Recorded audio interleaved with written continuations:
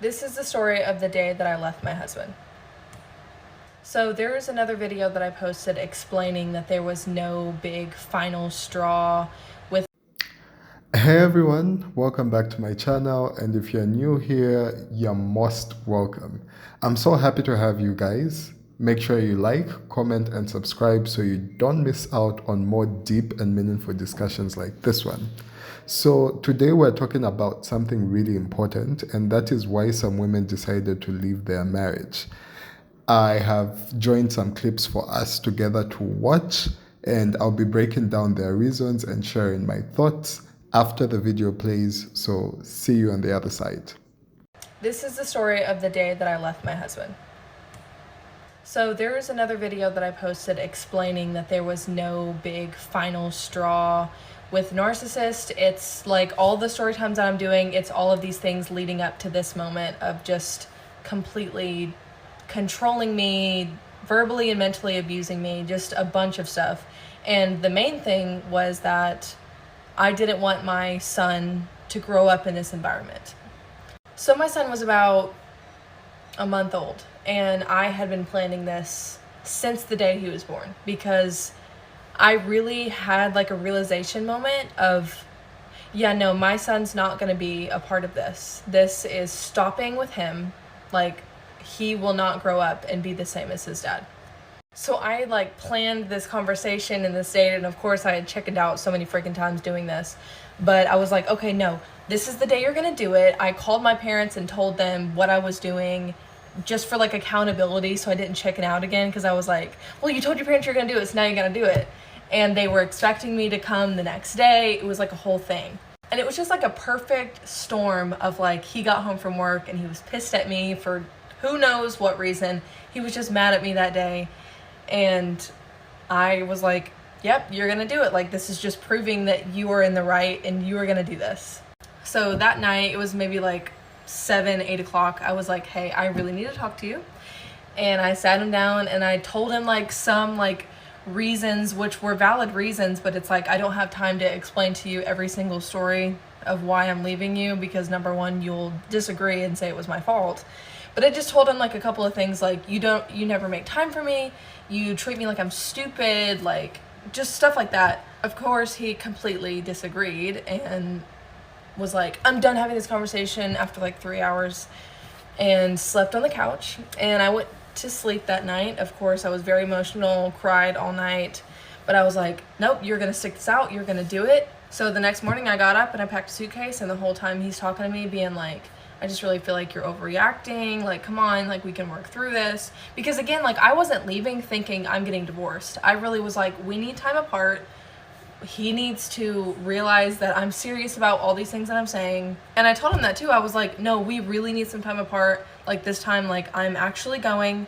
And I did. And I met my sister like 30 minutes away for breakfast, and then drove the rest of the way to my parents' house, which was like another hour and a half. And as soon as I got to my parents' house, I completely lost it and bawled my face off for like an hour. So it was a very hard day, but it was so worth it. What was the first moment when I knew I should divorce my husband? When we first met, we were living on Kauai, and he was drawn to me because he found out that I was a writer. So he knew from the get-go that I am a writer and that I publish on different global platforms, and that on a bunch of different social channels, I also show and share my life authentically. I remember it distinctly. We were in our bedroom getting ready to go to sleep, and he said, why don't you just go cry it out on Facebook, and then turn around and went to sleep. So there are a couple things here. First of all, the fact that he said that because he knew it would wound me. He knew how personal my writing is to me and how brave and how much courage it takes for me to show up and share authentically. And this was before the whole authenticity movement happened online. The other thing is that he turned around and went to bed, just flat out, no problem, went to sleep. So this was the first indicator of many much clearer indicators that we should get divorced, like on Valentine's Day, when our housemates offered to watch our infant daughter so that we could spend a little bit of time by ourselves. We're walking down Kilauea Road towards the lighthouse, and he looks at me, gets frustrated and angry with me, and yells, "Fuck you, bitch." So this is the first time of many that he does this? And what am I doing as a smart, accomplished woman to put up with that? Well, when you're raised as a people pleaser, when you are not told that you have any sort of autonomy or sovereignty, when you're raised with tiger parents, it can be really difficult to find your own way and to find your own path and to feel empowered as a human being. In addition to that, there is the cultural and the societal understanding that being in a marriage is better for your child. Well, when I reached out to my 3 younger siblings about the fact that I think I'm going to get divorced, and this was a divorce many years in the making, we weren't even married that long, but from the get-go, I knew I shouldn't have said yes when he proposed, but he did it publicly. So again, people pleaser, totally allowed for it to happen. And then when all of these red flags, like increasingly blaring red flags, started happening, I was still putting up with it because I had been told that, whether overtly or subliminally, that being together was the right thing to do. Well, when I opened up to my siblings and I told them I'm thinking of getting divorced, each one of them said, please get divorced. Please do not do what mom and dad did to us. So are you a child of immigrants who watched your parents fight like nothing else? Were you expected to handle it somehow? Were you being parentified? I'm the eldest of 4, and I had to be their mediator. I had to be their marital counselor, and then I had to help be the additional parent to raise my 3 younger siblings. So this video is for you to tell you 2 key things. 1, stand up for yourself and stand up for your worth. When I opened up and told other people in my life what was happening, do you know how many incredibly accomplished women told me that they had been in similar circumstances? I was shocked beyond, because these were amazing mothers, people who are running companies or in executive positions, all of whom were telling me that behind closed doors, they were putting up with some bullshit. I am tired of these bullies getting away with this behavior. So this is one of the reasons why in my book, How to Disappoint Your Parents in 10 Shameless Steps, I dive into why I chose to get divorced, all of the things that I had to reckon with on the inside so that I could make this choice that ultimately turned out to be so much healthier for my daughter. And then having to deal with the flip-flopping behaviors of my parents as they alternated between you're doing the right thing and why can't you stay together for your daughter? Please, please, please, if you are in an abusive situation, please find help. I had to eat so much humble pie to get out of that situation, knowing that I had very few resources available to me, knowing that I had to move back internationally, knowing that I had to face a divorce and a legal battle. Please do whatever you can to get out of this situation, and know that you're not alone in what it is that you're going through. I did everything from calling abuse hotlines to having my friends pray for me, even though I'm not religious, to receiving free furniture from families moving out, from strangers I didn't know, to set myself up and my daughter again for the life that would ultimately be the next chapter of our story. And this story where I'm living now is freaking amazing. It took work, and it took that difficult step to go against society and culture, even my own ingrained beliefs of what was right. And thankfully, I have a child therapist friend who told me that we need to redefine what it means to have a healthy and successful relationship. That a successful relationship can also mean knowing when to call it.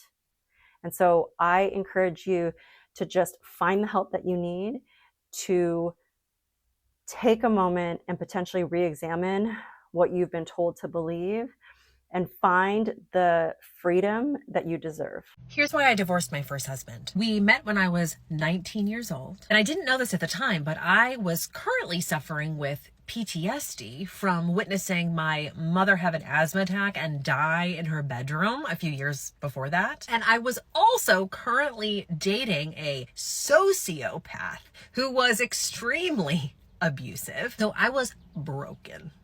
I was lost. I had no self-esteem. I was depressed. I was taking Prozac at the time. So here I am, 19. I meet him. We were working together. We worked together at Blockbuster. And he just thought I was the greatest thing in the world. I was a fucking mess. But he thought I was fantastic. We ended up dating on and off for years. And I broke up with him 4 times before we got married. Brutally honest with him about my feelings. I talked about how I felt like it was more of a platonic relationship. He still married me. And immediately we began fighting about everything. We see the world from completely different perspectives. So when you're on a team with someone and those people have completely different goals, your team sucks. We sucked at communicating. We really lost a lot of respect for each other. And there was still that, for me, that missing piece, that chemistry after years of unhappiness and accepting the fact that things were not going to change. Things weren't going to get better because you can't change a person. He is who he is. I am who I am.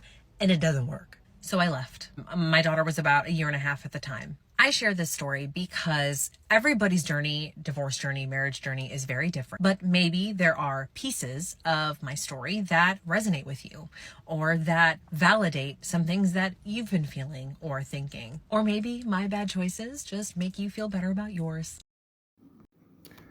So, to begin with, I would like to talk about how marriage is something very serious, it's a huge commitment that comes with very huge responsibilities. And thank God the women who are sharing these videos are sharing it from an informed place. They have the information that they need to have for them to assess when a situation is bad. They are very, very intelligent women. So I commend them for their honesty and their vulnerability because it is not easy to talk about such, especially when we're considering the fact that no one gets married with the end goal of divorcing. We all want happily ever after. We all want to ride into a beautiful sunset, don't we?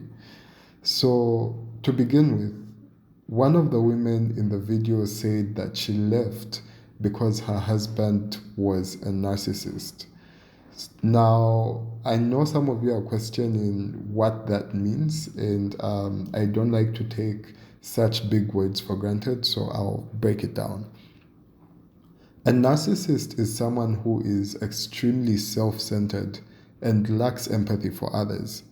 So they always want to be in control and they rarely admit when they are wrong. And they often manipulate people around them to get what they want. So in a marriage, being a narcissist can be exhausting, especially when you're married to one. They might put you as their partner down. They will blame you for everything and make them feel like they are not good enough. And over time, this kind of emotional and mental abuse can break a person down. So I completely understand why she had to walk away, because no one deserves to feel invisible or unheard in their own marriage.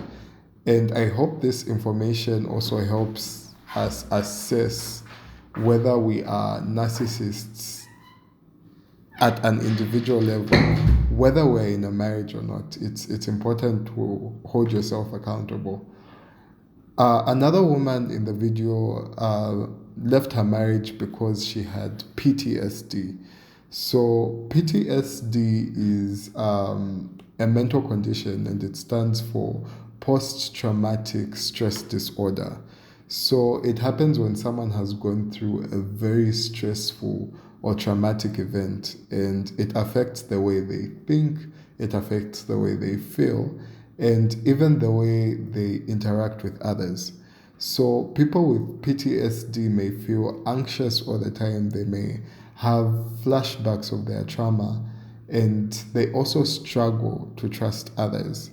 And in this case, this particular girl lost her mother to asthma in her when her mother was in her bedroom. Her mother died, and that was the main cause of her PTSD. So in a marriage, PTSD can create a lot of emotional strain. If someone hasn't healed from their past, it can be hard for them to fully connect with their partner on that level. And on top of that, she mentioned that she met her husband when she was only 19 years of age. And at that age, people are still figuring out who they are. And in terms of knowing yourself, there's no sense of arrival, there's no final destination. Knowing yourself will always be an ongoing process. So she said the man was filling a void in her life, which means she was looking to him for emotional stability instead of building that within yourself. And if that foundation is messed up, it causes more problems, especially in a marriage. So she also pointed out that they came from completely different backgrounds and had different perspectives on life, and that can make a relationship really difficult, especially if both people are not willing to compromise or understand each other. And on top of that, they broke up 4 times before getting married. So they broke up 4 times and got back together. The red flags were still there, but they still went through with the marriage because they had already been together for so long. So this is called the sunk cost. This is called the sunk cost fallacy. Sorry. And it is when people stay in something just because they've already put in so much time. But time alone is not a reason to stay in a relationship, let alone a marriage. So if a relationship is broken, marriage won't fix it. So I hope this information really helps us self-analyze and see where our relationship is, see where our marriage is, and see where we are as individuals. And just a disclaimer, I'm not saying all marriages are bad, don't get me wrong. Good marriages do exist, and good relationships do exist, but it's also important to know, to have the signs and the clues when something isn't working out. The other woman said she left her husband because her husband avoided accountability. Now, this is a big one because when we talk about accountability, it means that this man refused to take responsibility for his actions. So, if something went wrong, he would blame others instead of admitting his mistakes. And a marriage cannot work if one person is never failing to own up to their faults. She also said that she was a people pleaser, which means she always put other people's happiness before her own. I have been a people pleaser myself, so I know exactly what that does to a person. You tend to make other people happy and you neglect yourself. And you tend to fulfill other people's promises instead of fulfilling your own promises. So people pleasers don't like to upset others by nature. So they often ignore their own needs to make someone else happy. So in her case, this meant that she stayed in the marriage longer than she should have because she didn't want to disappoint anyone. She didn't want to disappoint her family. She didn't want to disappoint her kids. She didn't want to disappoint the man she was in a marriage with. But at some point, she realized that her happiness mattered too. And kudos to her for doing that.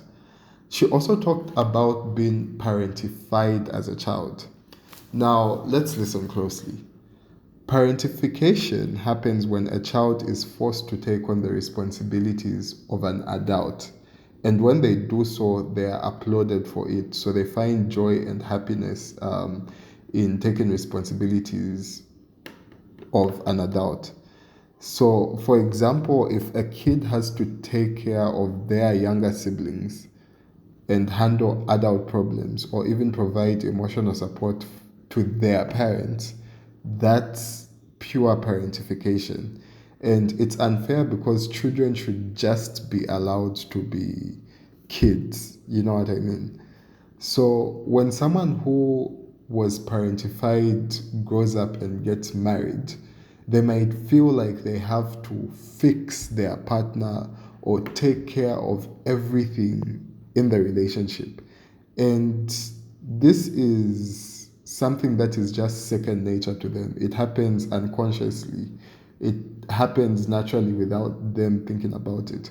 And if you're privileged in this case, like this woman who is vulnerable enough and honest with herself to spot out these problems, well and good. But if you don't even know what the problem is, it makes the marriage 10 times harder.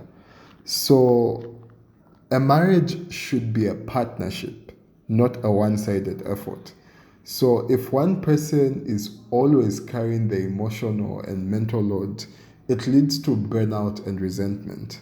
And that's exactly why she decided to leave.